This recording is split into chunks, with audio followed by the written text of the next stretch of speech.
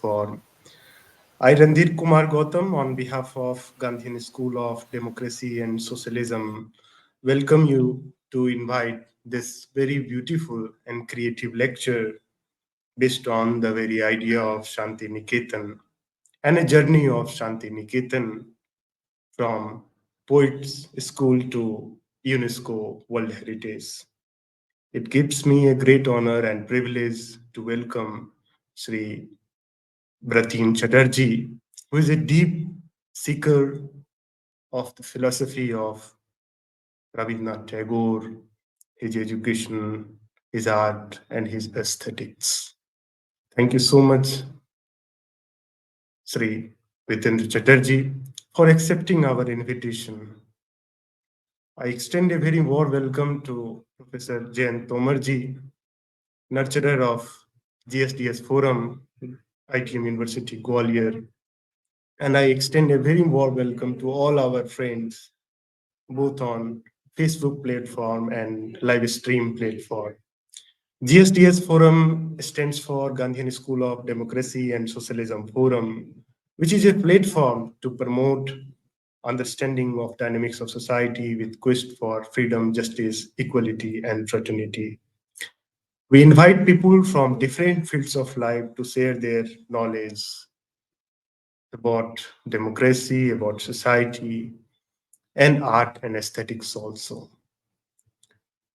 The declaration of Santiniketan as a UNESCO World Heritage Site is a momentous occasion for all of us who love the idea of university. And this news is very important for all of us, those who are the seeker of philosophy of Rabindranath Tagore. His creation, Shanti Niketan, emphasizes the profound cultural and educational significance of this place. And it represents a fusion of various Pan-Asian modernist ideas. So today we are going to understand the very journey of Shanti Niketan and Vishwabharati. We have with us Sri Bratin Chatterjee, who has written about Guru Rabindranath Tagore philosophy, and he has been in Shanti Niketan. So we invite Sri Bratin Chatterjee for his kind address.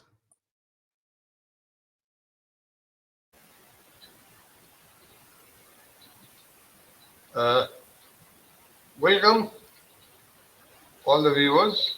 Good evening. It's a privilege. Extended one of my students, my favorite students, Jan Singh Tomar, in this platform. With my experience as a student here in Shantiniketan, as well as a teacher in the school at Shantiniketan, I have gathered some understanding about, tried to gather some understanding about Tagore's idea of education and how it developed through time. That I can share with you. This new feather, Tagore's University, is a world famous in its own right.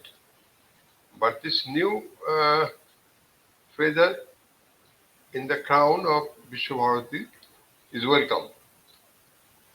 It's welcome, and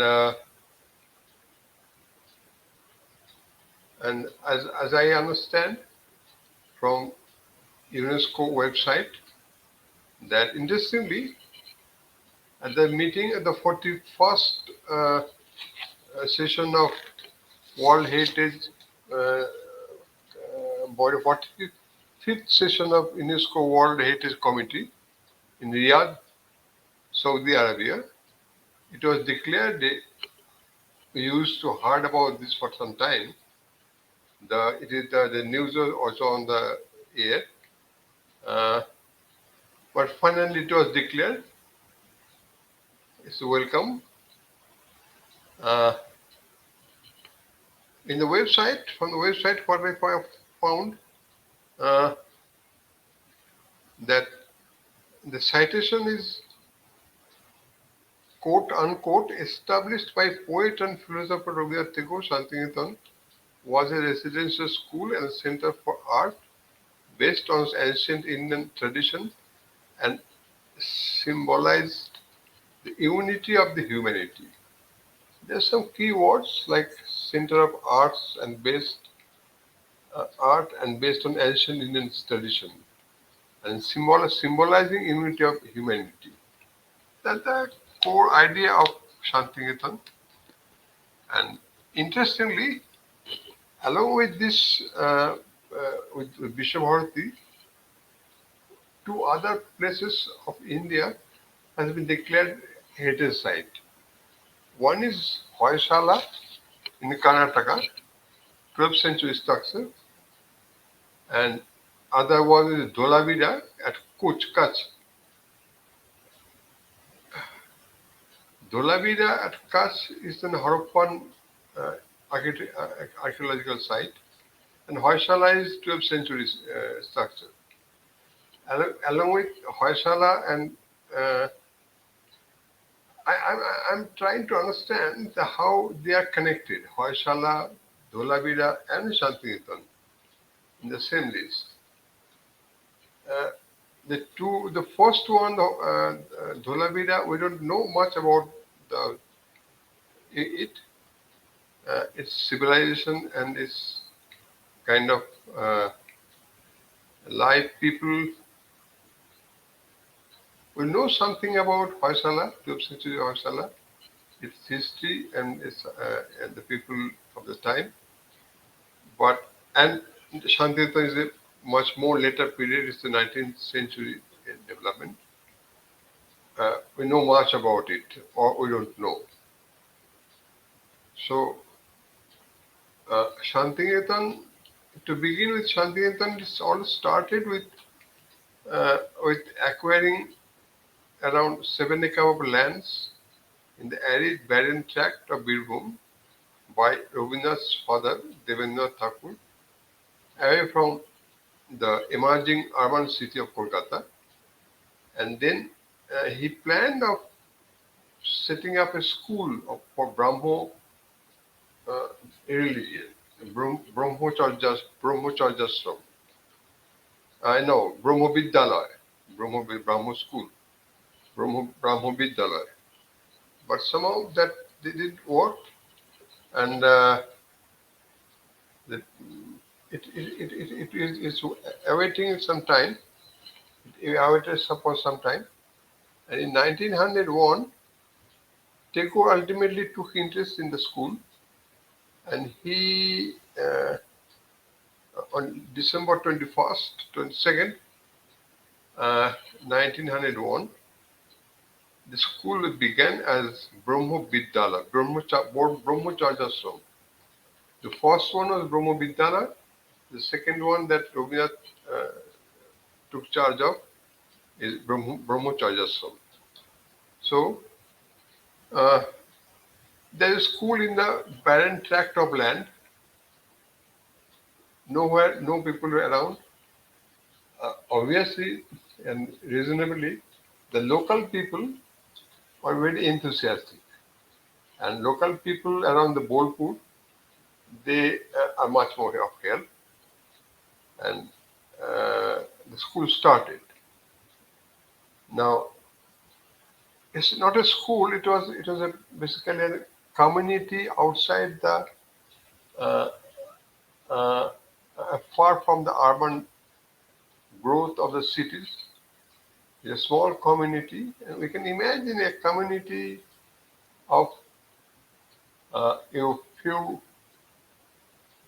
children, and let me see, light is না আমরা দেখতে পারছি আপনাকে, আর খুব ভালোভাবে শুনতে পারছি। better.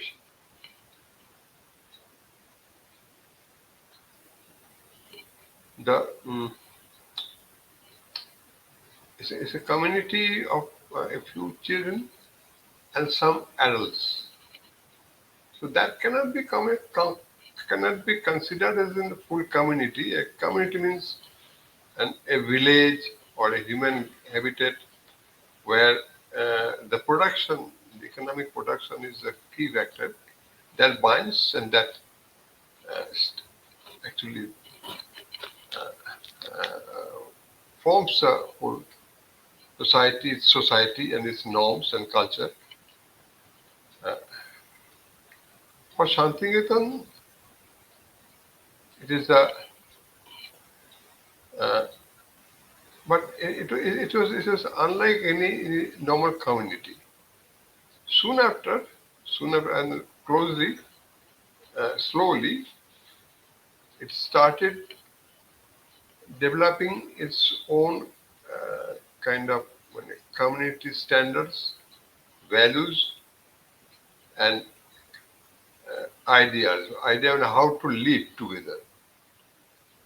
That's how the communal life uh, grows up eventually. So that's another phase. And while it was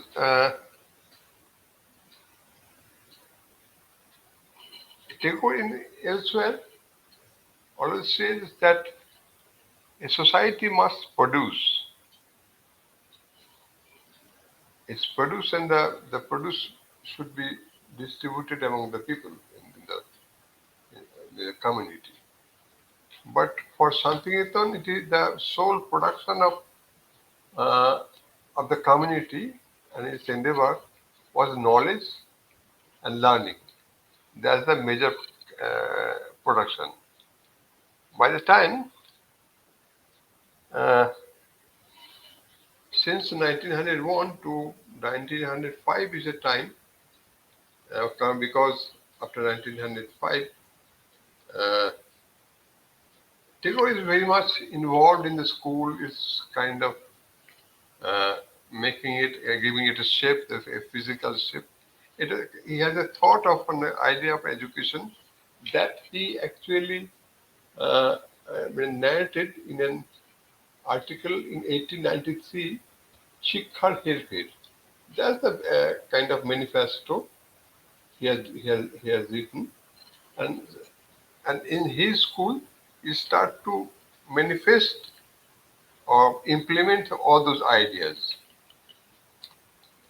But by 1905, the change in polity of the state, Bengal, uh, it was caused by the what they call partition of Bengal, and Tagore was very much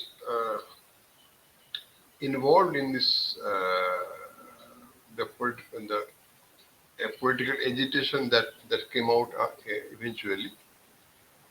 He was very much part of this resistance to the British colonial rule and this idea of splitting Bengal into two. His participation was physical. He gave speeches uh, and also inspirational by writing a number of songs, nationalistic songs. And it's a time when the idea of nation and the idea of nationalism, it was just taking shape. It didn't take to get form shape, but it's taking shape. His songs that inspired the movement. One of the songs was later taken up by Bangladesh government during this time. One of the song was taken up by Bangladesh government as the national anthem. And now recently, the state government, West Bengal, has taken up another song as state song. So by that, when this is somehow is a poet, Bengali poet is addressing the Bengali sentiment and Bengali sub-nationalism, and that worked for some time. But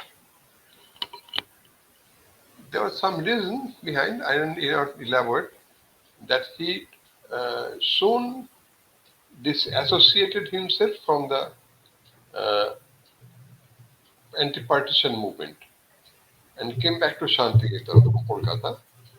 And actually, he didn't. He was not much more interested in uh, the politics of uh, agitation.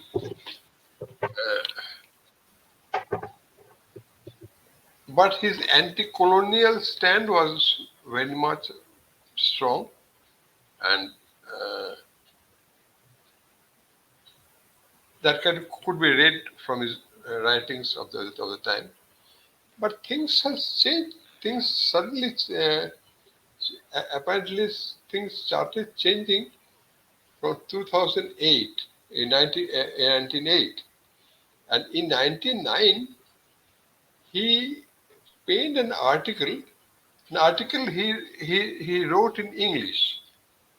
That's very interesting because he used to write in Bengali, but this article he wrote, The Problem of India, quote unquote, in English.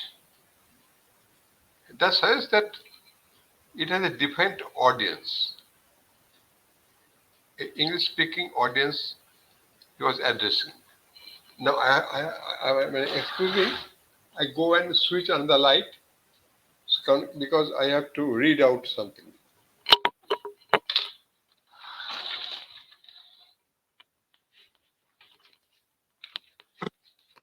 Uh, Thank you. So we are also joined by some of our respected friend, uh, Alok Tantanji and all. Yes, now Vritinji has joined.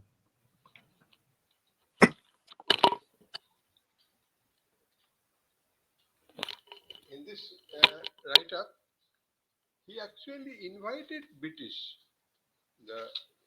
with an argument that uh,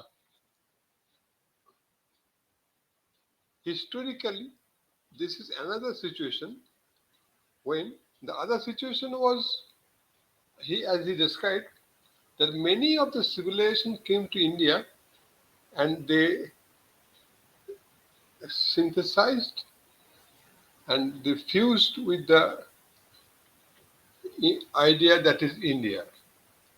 So now, historically, this is another situation when vivifying warmth from outside is gradually making us conscious of our own vitality, and the newly awakened life is making its way slowly.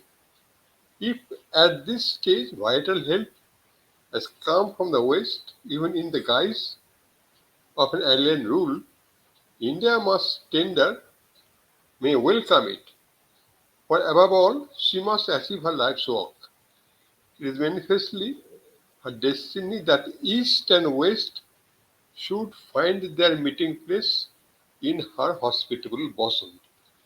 He invited Western sensibility.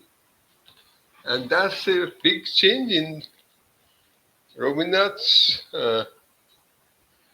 idea of India, Rabindranath's own idea of nationalism, and he kind of went beyond the geographical limit of nationalism to a different level, crossing over, ignoring the limit of the geography or racial differences. This is when this is the time when Tagore was writing. He was spending much time in writing one of his most famous book, Gitanjali, and that uh, and that he translated into English. Again, That tells that he was targeting a different audience beyond Bengal,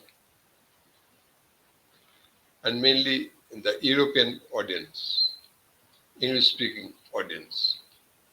And 1912 he left for England. So as my study goes, it is the 1901 December to 1912 May. He was strictly with Shantiniketan school because afterward he went to England, spent almost a year, came back, and as he came back,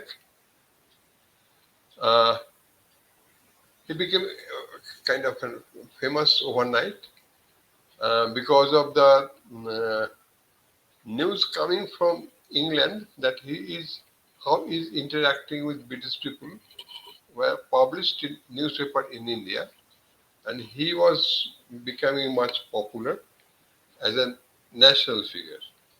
And by the time he got the first Asian, he became the first Asian to is awarded Nobel Prize, and that make the him a national icon. And the nationalist politics was it was at a peak where by the time Gokhale has taken over as the Congress president, and he became a kind of a national icon. So this Rabindranath is no more an Bengali poet. If we see that from 2000, 1913, late 1913 to late 1914 or 14, he was frantically traveling around whole India, almost reaching every state every month. So the whole India, he became a pan-Indian poet, an Indian poet. He was a Bengali poet. Now he became an Indian poet. And beyond that, he was became so much popular worldwide that he rather became a world poet. Uh, this identity of world poet actually took much of his time that he could spend on the school, and he that given a bigger canvas uh, on the international scenario that was brewing up for a new development of which Tagore is conscious about, that something wrong is going to happen. So kind of a premonition. He was expecting something.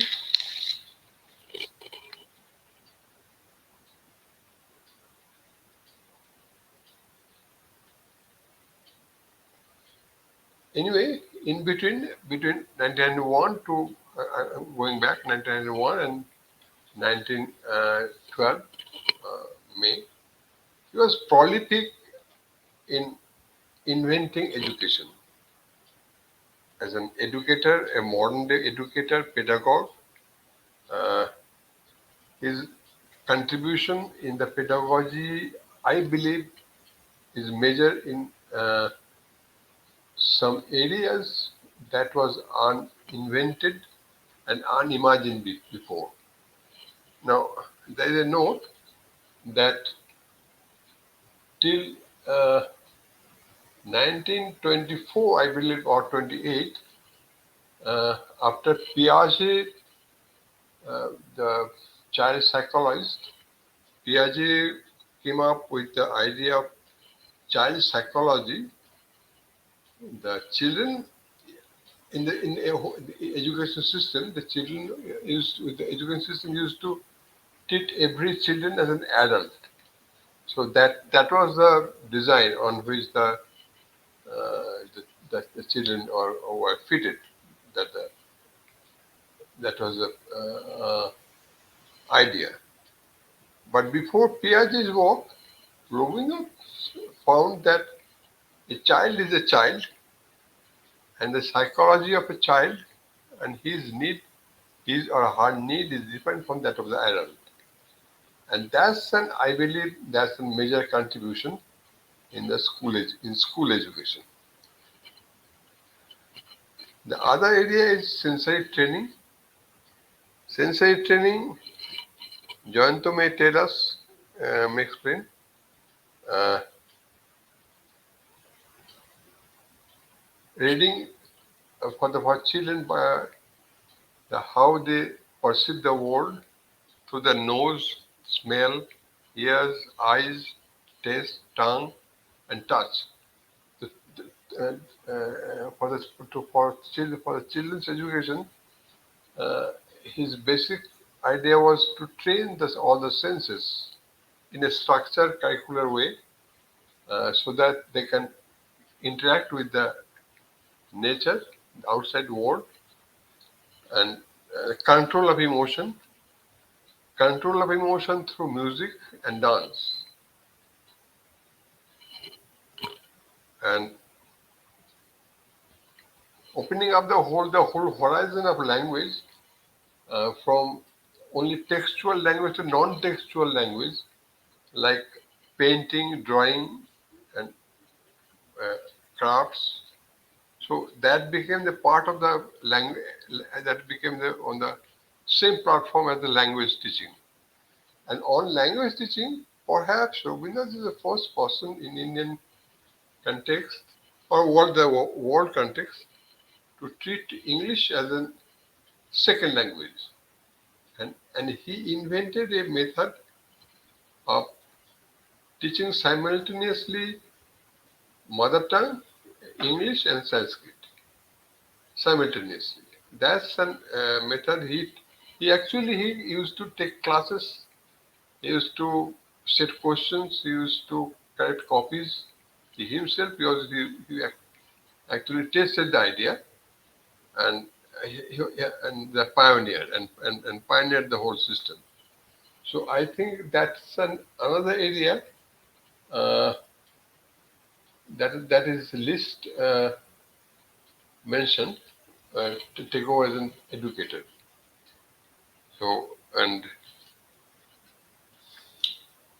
the whole approach of education was basically to question the Western idea of mechanized reproduction of knowledge, and to liberate the child to the world and its mysteries and the wonders, and to acquire knowledge by themselves, not restricting their knowledge. And for language, his idea was very clear. His principle was very clear, that language is a key only. No language is a knowledge. English is not a knowledge. Knowing English is not being a knowledgeable one. English is a key only, through which you open the door of the knowledge. For that matter, Tamil, Telugu, or Hindi, or Sanskrit, all these are keys. And beyond that, knowledge beyond that. So that's an idea he uh, he captured in his own method of teaching as an educator. So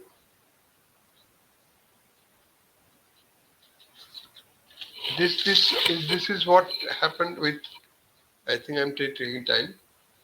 Uh, this was happening when,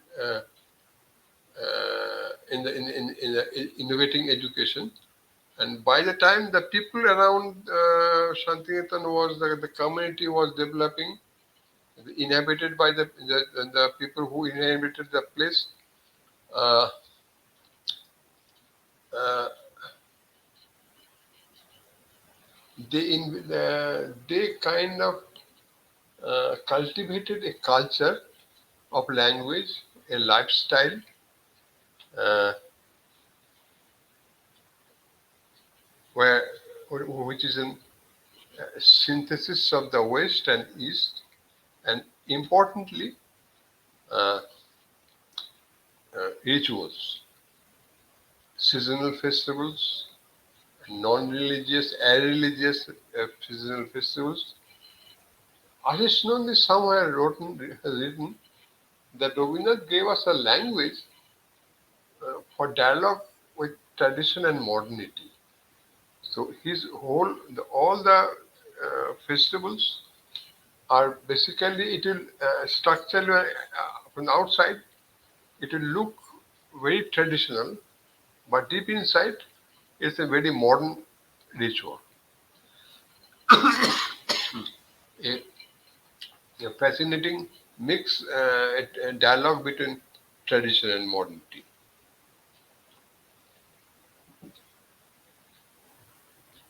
with which uh, and the community participation was there. Uh,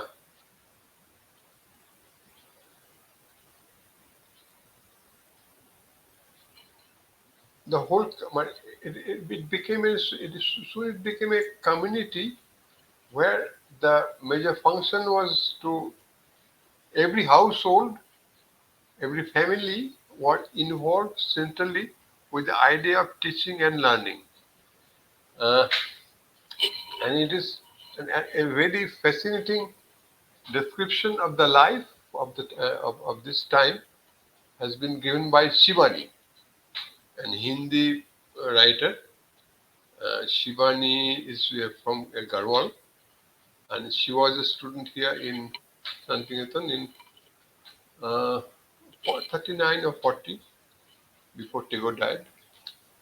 So he is narrating one of his experience that one day he was late in Hajari Prasad Dwivedi's class.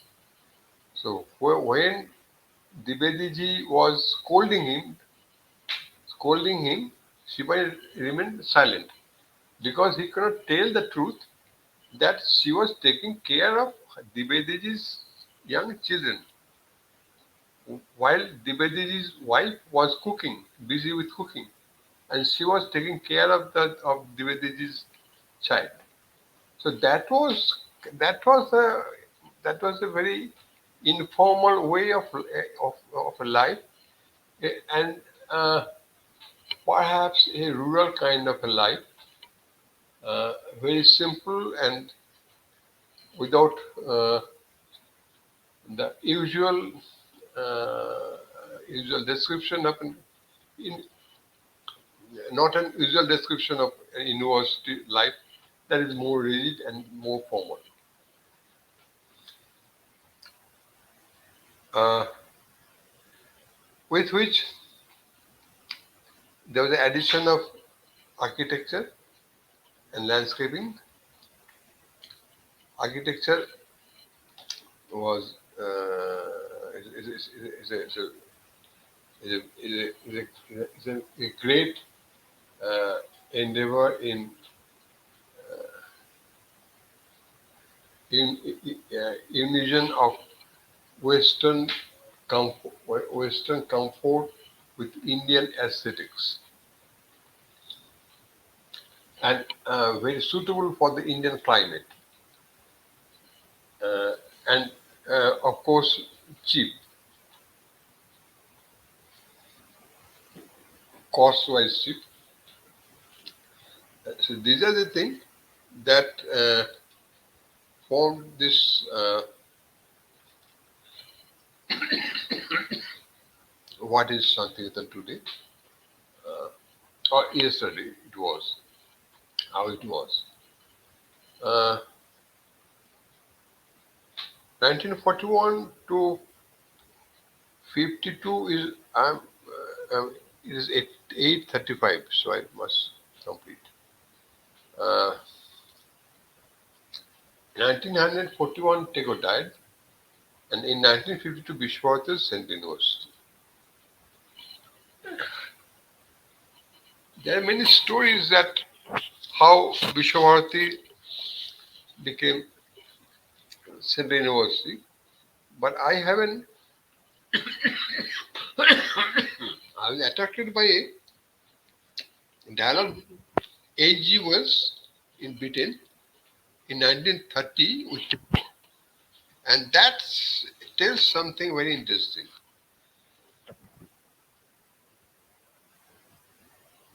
system of India is completely indigenous education efforts has to be to depend on official recognition. Well, quote unquote recognition by the state and goodbye to education. Tagore says, I have often been asked what my plans are. My reply is that I have no skill. My country, like any other, will evolve its own constitution. It will pass through its experimental phase and settle down into something quite different from what you or I expect. Tagore has a very clear idea of how of India in 1930, that India will be free of colonial rule and how it will function as a nation, as an import, and what will be the fate of his university. And that happened in 1952. Vishwarati was declared as a central government university through a bill passed in the through an act passed in the parliament.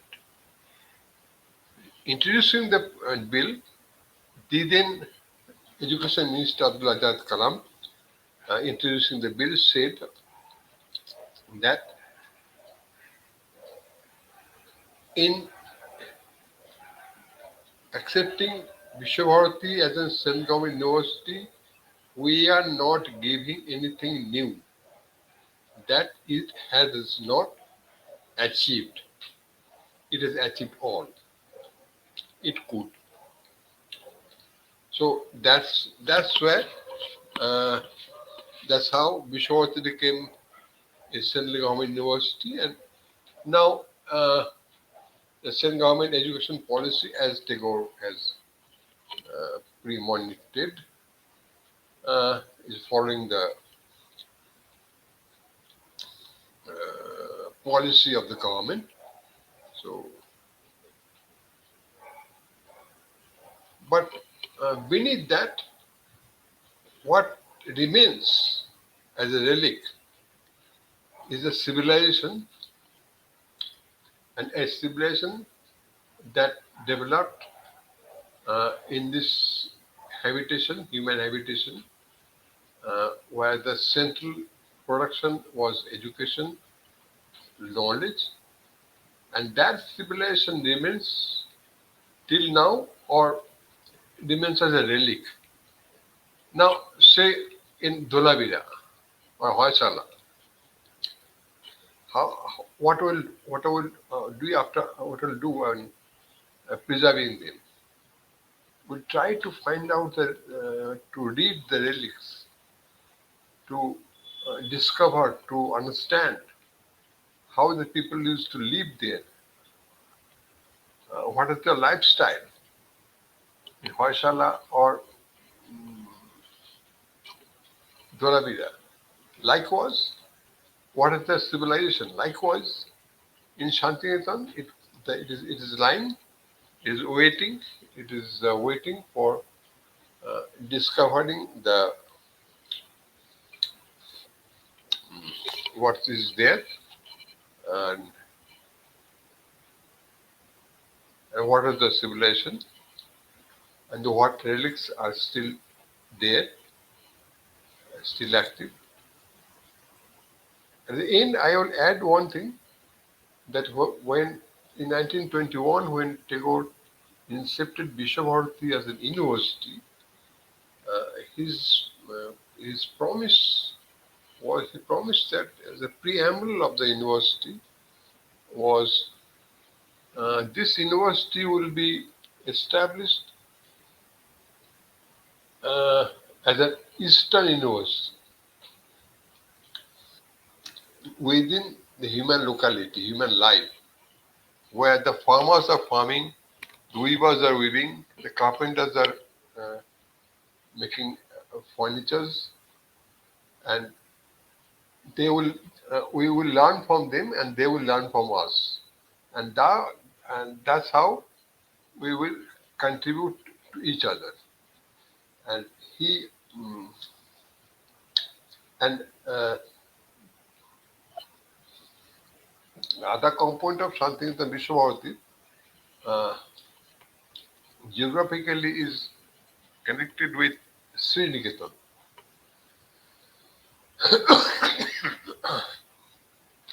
through which Vishwabharati used to extend its activities around the around Sriniketan. More or less 80 villages were under the command of Sriniketan, where this extension service was active. So I read today this declaration, UNESCO declaration, but there's a mention of Sriniketan. But I believe Shantiniketan, idea of Shantiniketan cannot be complete with the uh, uh, by not recognizing the efforts and the role of the people and uh, of the surrounding areas, say Bolpur and then all the villages where Sriniketan was active. I think I have over done my time. It's 8:45. Thank you. Yes. Thank you so much, sir. Thank you so much. It was really very deep and insightful.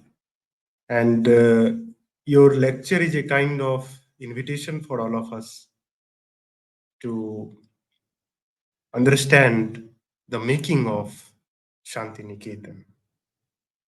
And it serves as a reminder for deep introspection of our responsibility to nurture and carry on this heritage, inspiring a commitment to wisdom, inspiring a commitment to creativity, and inspiring a commitment to cultural harmony. And the beauty of Shantiniketan, as Sir rightly mentioned, how we coexist with nature. The responsibility of university is not just to talk about the reality which is universal in that sense, but also local and the public engagement. So now we invite Jayant Tomar जी. जयंत तोमर जी का ही ये initiative था कि इतनी बड़ी news के ऊपर बहुत कम चर्चा है कि आखिर शांति निकेतन में कौन सा नया आइडिया है आर्ट, कला से लेके और शिक्षा तक जो विश्व को भी आकर्षित कर रहा है. और समय के साथ रविन्द्रनाथ टैगोर की हर रचना, चाहे वो कविता का हो या वो रचना यूनिवर्सिटी का हो, वो अगर ग्लोबल प्रेजेंस है और ग्लोबली लोग उसको समझना चाहते हैं, तो उसमें जरूर कुछ ना कुछ रचनात्मक बातें होंगी. तो मैं जयंत तोमर जी से निवेदन करूंगा कि वो जो एक यात्रा है शांति निकेतन का, कवियों के विद्यालय से लेके और वर्ल्ड हेरिटेज तक, उस पे क्या समझ रखते हैं. वो खुद भी शांति निकेतन में पढ़े हैं और शांति निकेतन के विचार, विमर्श और उनका जो अपना अध्ययन है और अनुभव है शांति निकेतन का, वो हम जैसे साथियों के साथ हमेशा वो साझा करते रहते हैं. तो जयंत तोमर जी, आपसे निवेदन है कि आप अपना उद्बोधन दें.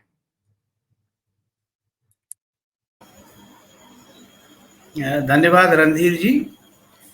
मेरे लिए बहुत प्रसन्नता की बात है कि आज मेरे बचपन के अध्यापक श्री बतिन चटर्जी साहब को मैं यहाँ पर सुन पा रहा हूँ, उनको देख पा रहा हूँ. शांति निकेतन को विश्व धरोहर का दर्जा दिया गया, तो ये एक निश्चित रूप से गौरव का क्षण है, लेकिन ये जो पूरी यात्रा है जिसके विषय में श्रद्धेय बतिन चटर्जी साहब ने बताया और इतने विस्तार से और सारगर्भित ढंग से उन्होंने पूरी बात को रखा, वो हम सबके लिए एक मंत्रमुग्ध कर देने वाला अनुभव रहा। मुझे मेरे गुरु बतिन चटर्जी साहब की एक पुस्तक पढ़ने का अवसर मिला था, बस्टिंग ऑफ पॉट्स।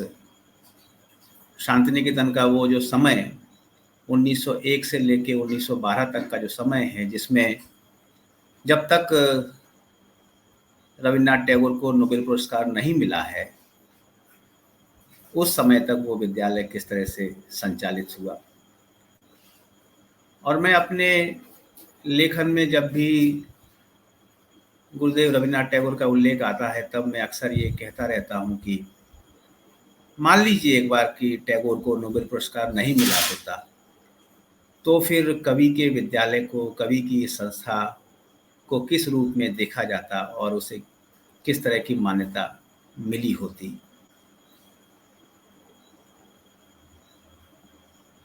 लेकिन वो जो पुस्तक है बतिन चटर्जी साहब की, जिसको मैंने बहुत मनोयोग से पढ़ा, वो मुझे लगता है कि शांतिनिकेतन के आदर्श और उसके शुरुआती वर्षों को समझने में सबसे ज़्यादा मददगार एक पुस्तक है। मैं थोड़ी सी अपनी व्यक्तिगत स्मृतियों को अगर साझा करूं 2-4 मिनट के लिए, तो ये सन 1974 या 75 के जाड़े थे, जब मैं किसी संयोग या दुर्योग से शांतिनिकेतन पहुंच गया।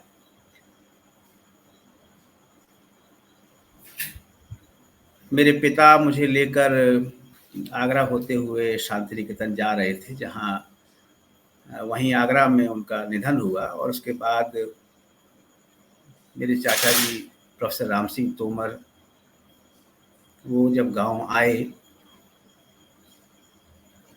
तो उन्होंने पूछा कि कौन सा लड़का था जिसको भाई साहब लेके जा रहे थे। और इस तरह से मेरी तरफ जब इंगित किया गया, तो फिर मुझे वो सब चीज़ें याद हैं कि किस तरह से चंबल के उस गांव से मैं शांतिनिकेतन तक पहुंचा। वो सब स्मृतियां अब भी ताज़ा हैं, लेकिन आज हम इस बात पे चर्चा करें कि जो शांतिनिकेतन जिस आदर्श को लेके रविन्द्रनाथ टैगोर ने उसकी स्थापना की, और वो जो स्वप्न था, उस स्वप्न का क्या हुआ। और पंजाबी के कवि हैं सुरजीत पातर, उन्होंने लिखा कि आंखें भी खूब लंबियां, कजला भी खूब है, कि तुम्हारी आंखें भी बहुत खूबसूरत हैं, तुम्हारी आंखों में काजल भी शोभा दे रहा है। ओ तेरे सोहणे नैण दा सपना किधर गया, लेकिन तुम्हारी उन सुंदर आंखों के जो सपने थे वो कहाँ चले गए। तो शांतिनिकेतन आज इतने वर्षों के बाद, शताब्दी के पार, जब हम रविन्द्रनाथ टैगोर और उनके आदर्शों की बात को बतिन चटर्जी साहब के उद्बोधन में सुन रहे हैं, तो लगातार उस सपने की बात हमारे केंद्र में है। शांतिनिकेतन 1901 में जो बताया कि रविन्द्रनाथ टैगोर के हाथ में आया, और हम सब जिन्होंने शांतिनिकेतन का अध्ययन किया है वो सब जानते ही होंगे कि महर्षि देवेंद्रनाथ ने किस तरह से 1870 के आसपास उस जगह पर वो थोड़ी देर के लिए आए, जहां डकैतों ने उनको घेर लिया, और महर्षि ने कहा कि थोड़ी देर मुझे प्रार्थना कर लेने दो। और जब तक वो प्रार्थना करते, वो छातिम या सप्तपर्णी के पेड़ के नीचे, तब तक उन बागियों का, उन डकैतों का हृदय परिवर्तित हो चुका था। और उसके बाद महर्षि, जो राजा राम मोहन राय के बाद ब्राह्म समाज के सबसे बड़े नायक थे, उन्होंने वहाँ पे ब्रह्म विद्यालय स्थापना करने का एक मंतव्य अपने मित्रों को बताया। अघोरनाथ चट्टोपाध्याय की एक पुस्तक है जो शायद शांति निकेतन के उन शुरुआती वर्षों का लेखा जोखा प्रस्तुत करती है, और वो संभवतः 1870 से लेके और 1901 तक का समय है। हमारी जो थोड़ी बहुत जानकारी है वो ये कि महर्षि के इस विद्यालय का काम उनके ही एक बेटे बालेंद्र नाथ ने संभाला, और उनकी अकाल मृत्यु के बाद गुरुदेव रविन्द्रनाथ टैगोर ने उस विद्यालय को संभाला। और कभी कभी आश्चर्य होता है जान के कि महर्षि देवेंद्रनाथ की 13 संतानों में से सबसे छोटी संतान ने, सबसे कनिष्ठ संतान ने उस काम का बीड़ा किस तरह से अपने हाथ में लिया। और ठीक वो समय जिस समय उनके ऊपर एक के बाद एक दारुण दुख उनके जीवन में आ रहे हैं, और संभवतः उन्होंने अपनी जीवन संगिनी के गहने जेवर तक बेचे उस विद्यालय के लिए।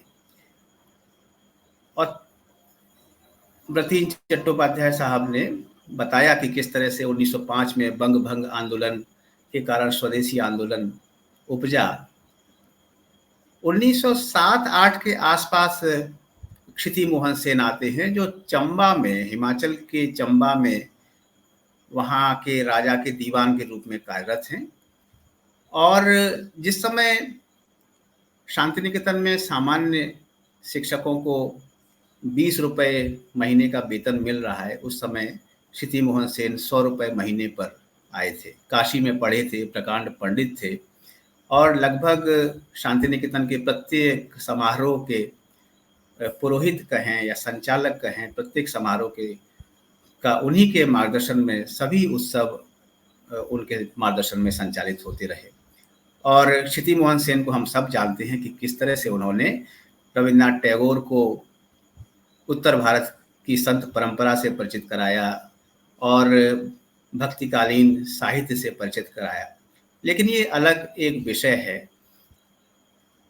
ये जो यात्रा है इसको 3 चरणों में हम देख सकते हैं। 1901 से लेके 1912 तक की यात्रा, जब तक गुरुदेव को नोबेल पुरस्कार नहीं मिला है, और 1912 से लेके 1920 जब विश्व भारती की स्थापना होती है, और जिसका ध्येय वाक्य है यत्र विश्वम भवत्येक नीड़म, जहाँ विश्व एक नीड़ के समान हो जाए सबके लिए। और 1920 से लेके 1940 का जो समय है उसकी चर्चा तो कर लें, लेकिन 20-21 से लेके और 25 तक का समय है जिसमें पूरी दुनिया के तमाम विद्वान वहाँ पर आ रहे हैं। विंटरनिस आ रहे हैं, सिल्वा लेवी आ रहे हैं। श्रद्धे व्रतींदा ने जिन बाल मनोविज्ञान के विशेषज्ञ का जिक्र किया वो शांति निकेतन में रहे। और ये जो 1920 से 25 का समय है, इसमें दुनिया भर के तमाम विद्वान यहाँ पर शांति निकेतन में आ रहे हैं। 1940 में जाकर गुरुदेव ये कहते हैं कि ये संस्था तो बनाई, लेकिन वो परीक्षा तंत्र में तब्दील हो गई है। और अंत में गुरुदेव ने गांधी जी को एक छोटा सा कागज सौंपते हुए कहा कि ये संस्था चलाना अब मेरे बस की बात नहीं है। शायद वो नाटक करने के लिए कहीं जाने वाले थे कि इससे कुछ पैसा आएगा और फिर संस्था को चलाएंगे।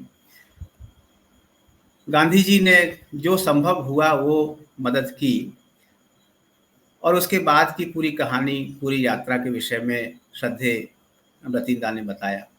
मुझे व्रतींदा की याद इसलिए बहुत ज़्यादा आती है कि एक बार मैंने बहुत दुष्टताएं की शांति निकेतन में जब रहा, और मेरे जो अभिभावक थे उन्होंने किस तरह से मुझे झेला ये अब समझ में आता है।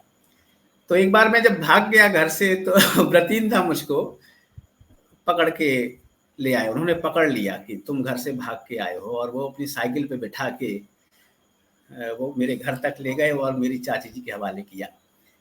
तो शांति निकेतन को इसलिए भी याद करता हूँ कि तमाम दुष्टताएं मैंने की, लेकिन शांति निकेतन मेरे हृदय में रहता है। तो आज ये जो अवसर है, रणधीर गौतम जी ने इतने तकनीकी सहयोग से इसको संचालित किया, संपन्न किया, और मेरे गुरु के दर्शन कराए, ये मेरे लिए बहुत सौभाग्य की बात है। मेरे लिए ये भी खुशी की बात है कि जिनके सानिध्य में मैं लगभग 8 वर्ष तक रहा, मेरी दीदी वो इस आयोजन में जुड़ी, और अगर संभव होगा कभी तो रणधीर गौतम जी से निवेदन करेंगे कि कभी उनको आमंत्रित करें इस विषय पर बोलने के लिए। मैं बहुत आभार व्यक्त करता हूँ श्रद्धेय बतिंदा का और रणधीर गौतम जी का। बहुत धन्यवाद। धन्यवाद। ये चर्चा इसलिए भी महत्वपूर्ण है चूंकि इसमें जयंत जी का आग्रह था, और रजिस्ट्रेशन फॉर्म में बहुत सारे लोगों ने अपने संस्मरण को भी लिखा कि किस तरह शांति निकेतन की पढ़ाई के साथ साथ जो जीवन आचरण शांति निकेतन सिखाता है, वो किस तरह लोगों को परिवार में, समाज में और जहाँ वो रहते हैं वहाँ उनको प्रतिष्ठा देता है।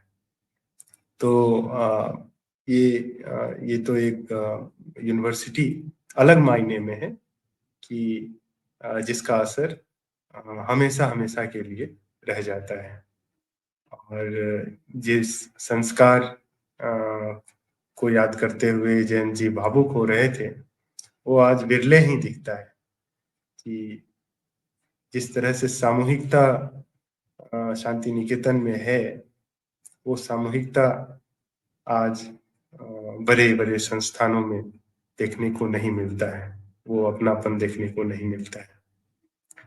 तो ये जो पहचान यूनेस्को की है कल्चरल हेरिटेज के रूप में, वो हमारे भारतीय चित्त का भी एक पहचान है जो यूनिवर्सिटी में रहना चाहिए, और जिससे समूह चेतना, सामूहिकता के साथ जीवन कैसे जिया जाता है उसकी ओर भी हम लोगों को ध्यान दिलाते रहता है।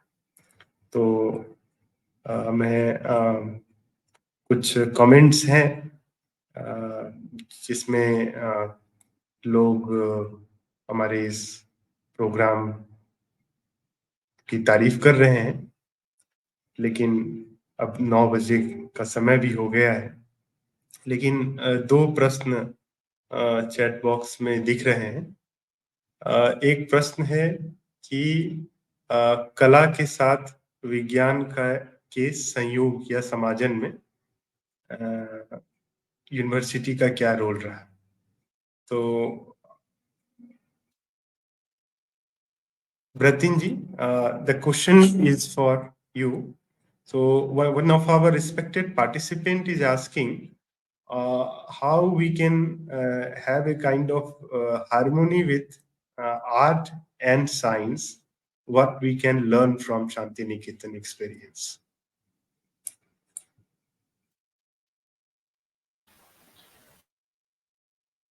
I'm a student of science. मेरी आवाज आ रही है? जी, मेरी आवाज? जी बिल्कुल। I'm a student of science, and mainly in Shantiniketan,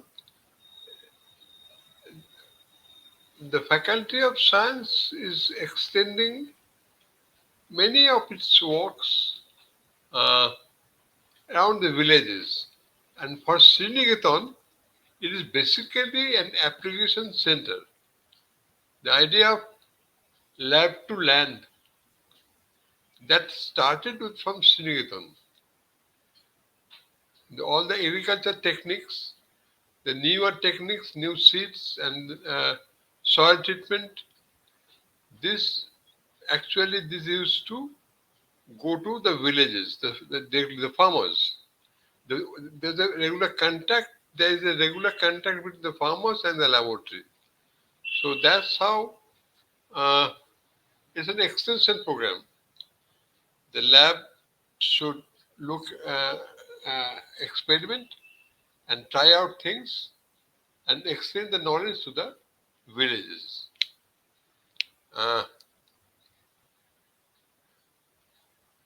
तो थैंक यू। आप जैन जी, आप कुछ ऐड करना चाहेंगे?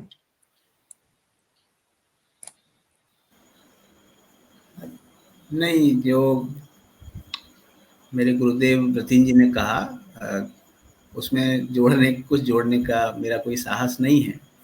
लेकिन मैं शांति निकेतन के दिनों को बहुत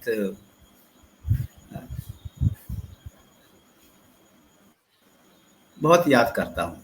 और ये कह पाना तो मुश्किल है कि जीवन में आप क्या बन पाए, क्या नहीं बन पाए, लेकिन ये ज़रूर कह सकते हैं कि टैगोर ने जो एक ये दर्शन दिया कि आनंद नहीं है तो उस शिक्षण संस्थान का कोई अर्थ नहीं है। और संभवतः उनकी निराशा इस बात में झलकती थी कि परीक्षा के तंत्र में जिस तरह से विद्यार्थी दबे हुए हैं, आनंद का स्रोत ही अगर समाप्त है तो फिर शिक्षण संस्था का क्या अर्थ है। तो उनकी चिंता के केंद्र में, उनके आदर्श एक विद्यालय के केंद्र में तो आनंद ही था। और जिसको मैंने अनुभव किया, मुझे याद है कि किस तरह से मेरी दीदी सेत्सु माकिनो को रेनेसां पढ़ा रही थी और उसका असर ये हुआ कि मैं जीवन भर फिर रेनेसां के बारे में पढ़ता रहा। और वो 1 डेढ़ घंटे की कोई बात है जिसने मेरे मन पे असर डाला।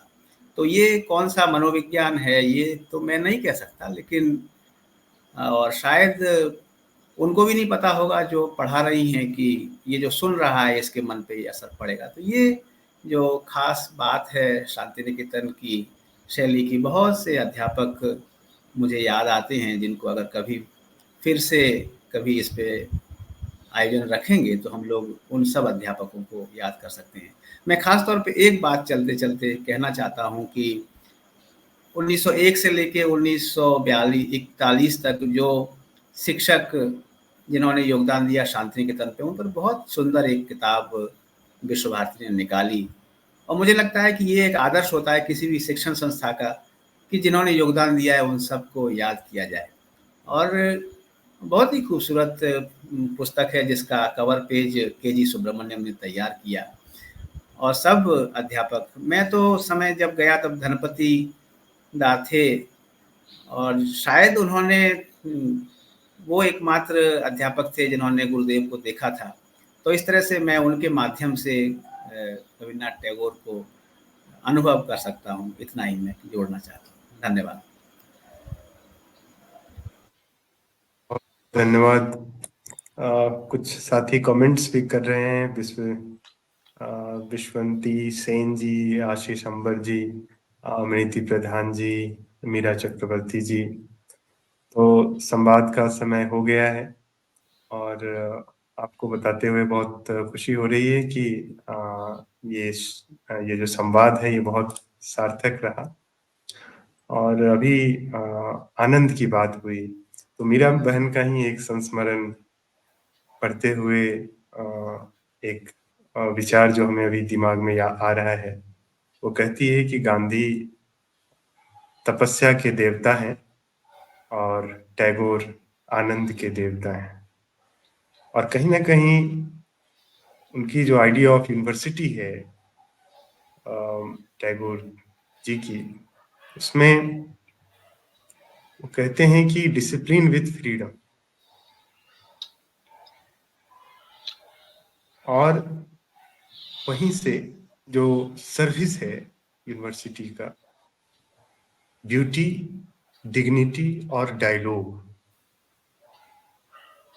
और जिस तरह से श्री निकेतन की बात हो रही थी, रूरल सर्विस की बात हो रही थी, वो बताता है कि यूनिवर्सिटी का सर्विस भी ओरिएंटेशन होना चाहिए, particularly the unprivileged who lacks knowledge, who lacks compassion, and who lacks dignity. So ये जो आइडिया है इसको हमें कल्टीवेट करना चाहिए। और ये रिकग्निशन हम सब शोधार्थी, शिक्षार्थी और विद्यार्थी जो यूनिवर्सिटी में रहते हैं, यूनिवर्सिटी को कैसे समाजमुखी बनाया जाए, उसमें कैसे कला, संगीत, दर्शन, आध्यात्म और शिक्षा के साथ समाज का कल्याण हो। तो आज की जो चर्चा रही, ब्रतिन चटर्जी जी, जयंत तोमर जी के मार्गदर्शन से हम लोगों ने शांति निकेतन के उस एहसास को अनुभव किया जो हम सबको, जो भी लोग टैगोर को पढ़ते और समझते हैं, प्रेरणा देता है। बहुत बहुत धन्यवाद आप सबों का जीएसडीएस फोरम के वीकली डायलॉग में जुड़ने के लिए। एक second, may I add? Sure sure. Meera Chakraborty mentions Halebidu, please not Halebida. Halebidu is not, no, is no, I didn't mention Halebidu. I mentioned Hoyshala in Karnataka. The other, thank you. when heritage place is declared, is Hoyshala, Hoyshala.